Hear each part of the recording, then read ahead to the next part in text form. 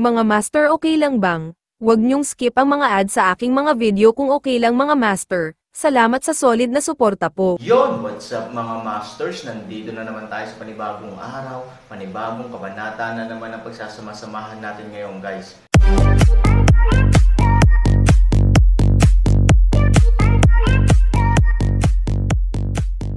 Bali mga masters, kung bago ka pa lang po sa aking YouTube channel, please click the subscribe button, lalong-lalo na po yung notification bell, guys, para maging connected pa rin tayo sa isa't isa at maging updated kayo sa mga susunod ko pang video. Bali mga masters, bago natin umpisahan ng kwento ay mag-shoutout po muna tayo para sa mga solid nating tagapakinig. Yun na nga mga masters, no? Bali hindi na ito patagalin. In 3, 2, 1, let's go! Sa tingin mo ba gusto kong mangyari ito sa iyo? Walang magawa ang demonyong dragon. Para sa akin, naging napaka-prospered ko sa buhay ko. Mayroon ding nakulong na fairy valley sa mundong ito ng bafang dahil sa akin, nagsimula. I don't like chatting with you. And I don't want to brag to you like a bitch, but, after all, you and I have lived in the same body for so long, so I am a cold-blooded animal, and I have some feelings for you. Don't get me wrong, I don't think of you as some disgusting friend, but at least medyo kaaya-aya ka sa mata. Sa puntong ito, mapait na ngumiti ang demonyong dragon at nagpatuloy, alam mo ba kung ano ang nangyayari sa labas ngayon? Han Sanchen. Umiling si Han Sanchen, nasa saradong espasyo siya dito. Natural, wala siyang alam na nangyari sa labas. Kinokontrol ng halimaw ang iyong katawan at ngayon ay nasa panganib. Sa katunayan, siya mismo ang nakakaalam ng sitwasyong ito, kaya't direkta niyang pinili na labanan ang kalaban ng direkta. He gathered all his power into one move. Halatang ayaw niyang unti-unti itong ubusin kasama ng mga kalaban sa labas. Para sa kanya, baka hindi ito ang style niya. Napakalakas ng hakbang na iyon. Naniniwala ako na sa isang galaw, ang kalaban ay makakaranas ng hindi mabilang na mga casualty, gayunpaman, ang gastos ay halata din. Ang daan-daang libong tropa ng kaaway ay naglunsad ng pangkalahatang pag-atake sa halimaw sa ibaba.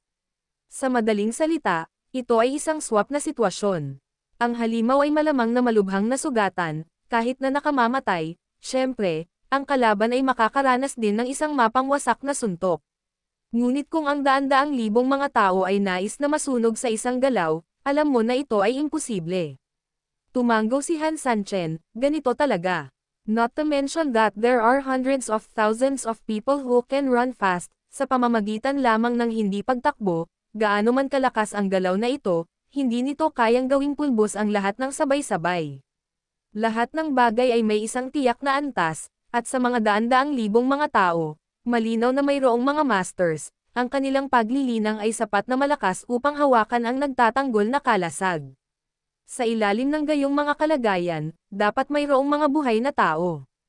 Kapag ang kaaway ay hindi ganap na nawasak, kahit na ang halimaw ay kontrolin ang iyong katawan at hindi mamamatay, ngunit ano ang kahalagahan? Ito ay malinaw naman ng maliit na kahalagahan, maaaring samantalahin ng kalaban ang pagkakataong ito para harapin ang huling dagok sa kanya. Sa oras na iyon, mahalaga ba kung siya ay malubhang nasugatan o hindi?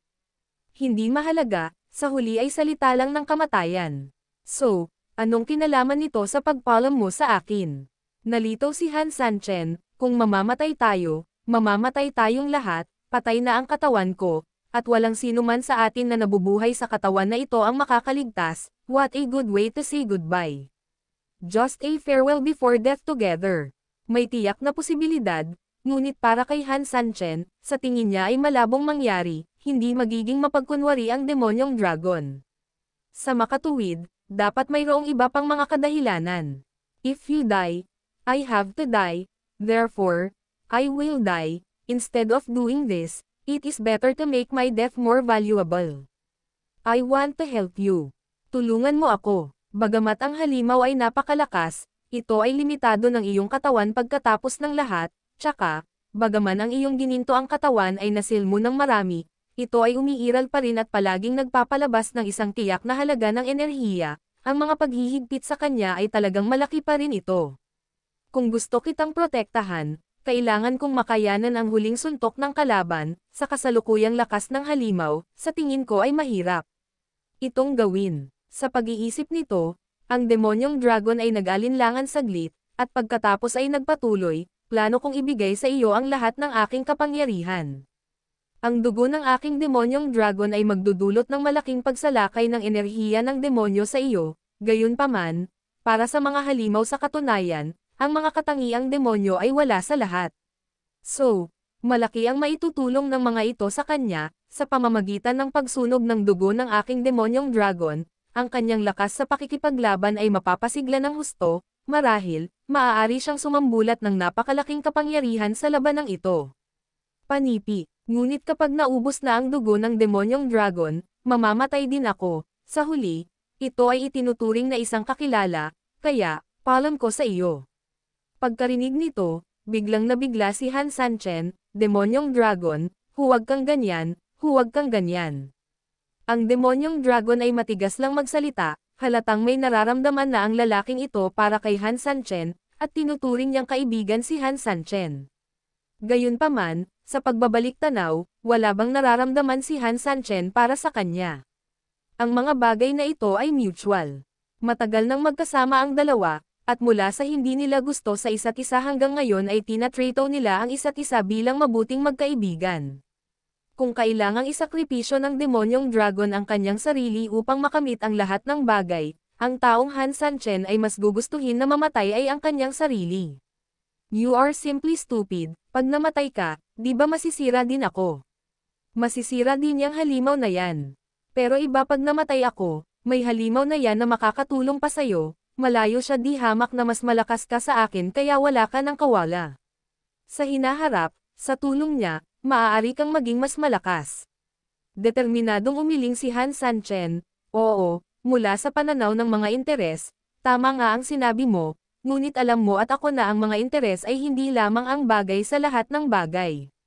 Kung kita lang ang pinahahalagahan natin, ano pa ba ang itatawag natin sa tao? Kahit mga hayop ay naiintindihan nila ang prinsipyo ng feeding back, di ba? Kung gustong isakripisyo ng demonyong dragon para matupad ang sarili, hindi gagawin ni Han Sanchen. Siya ay orihinal na isang tao na maaaring manindigan para sa kanyang mga kaibigan. Kung hihilingin mo sa iyong mga kaibigan na panindigan siya, mahihirapan siyang tanggapin ito sa isip. Tanga ka talaga, kung hindi ako magsasakripisyo, mamamatay ang mga halimaw at ikaw, at pagkatapos ay mamamatay ako, at hindi magbabago ang ending. But I have a clean conscience, since my skills are inferior than others, does it mean that I will die if I die? Ikaw, galit ng demonyong dragon, ngunit bigla siyang ngumiti ng masama. Kumbinsido na rin ako, ngayong nangyari na, hindi ko na ito pinag-uusapan sa iyo, para sa akin, pumunta lang ako dito para sabihin sa iyo, para ipaalam sa iyo, yes, I am not seeking to discuss with you. Galit na galit si Han Sanchen, ang kanyang kamalayan ay narito na, mahigpit na nakasara, walang magawa, at ang kanyang katawan ay wala sa kanyang kontrol. Hindi naman talaga kailangan magyabang, wala siyang kapangyarihang pigilan ang anumang gustong gawin ng demonyong dragon, wala siyang magawa kundi manood ng walang magawa. Kung ganito ang ugali ng demonyong dragon, ano pa ang magagawa ni Han Sanchen bukod sa pagtitig? Walang magawa, Demon Dragon, after all, I am just a fucking friend, if you don't listen to what I say, fine, you can do whatever you want.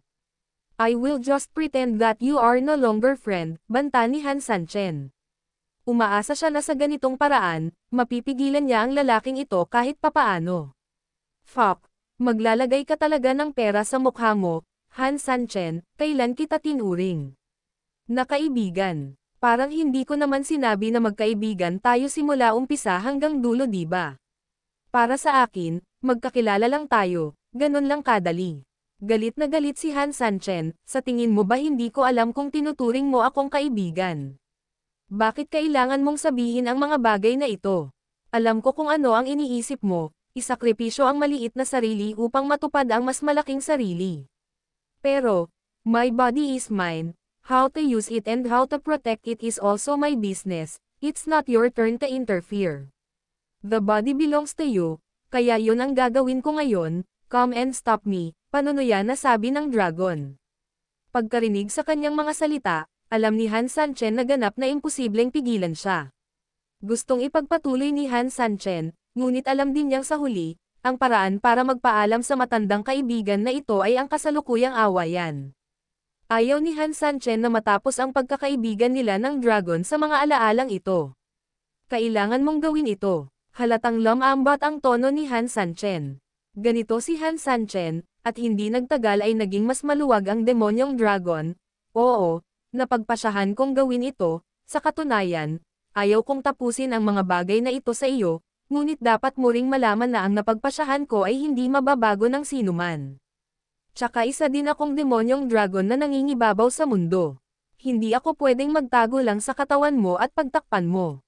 So, instead of doing this, it would be better for me to die vigorously, at least, one day in the future, I will still have the highlight of my later years, instead of scribbling my whole life in such a hurry.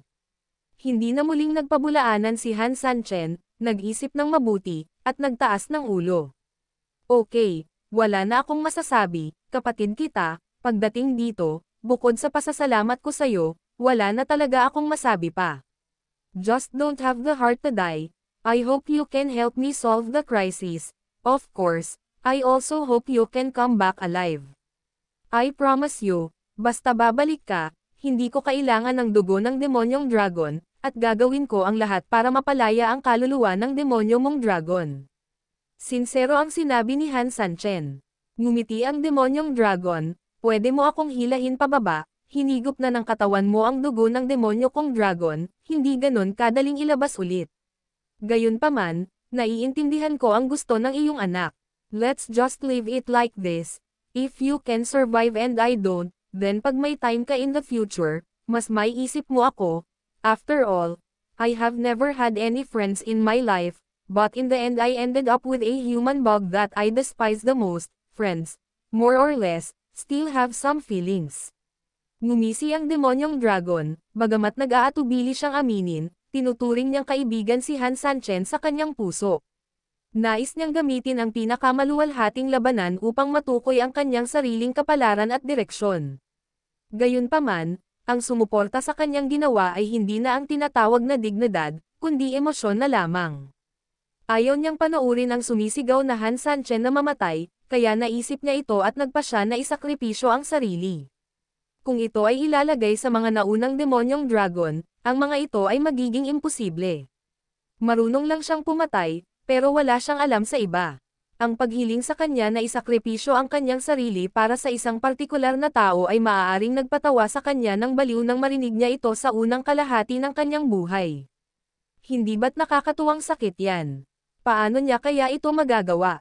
Ngunit ngayon, ginawa niya ito, at ginawa niya ito ng walang pag-aalinlangan, kahit si Han Sanchen ay gumamit ng mga paraan ng pagpukaw sa kanya, ngunit hindi pa rin niya ito maibalik. Medyo sentimental si Han Sanchen, alam niyang hindi niya mapipigilan ang lahat. I won't think about you unless babalik ka ng buhay. Anyway, it's up to you.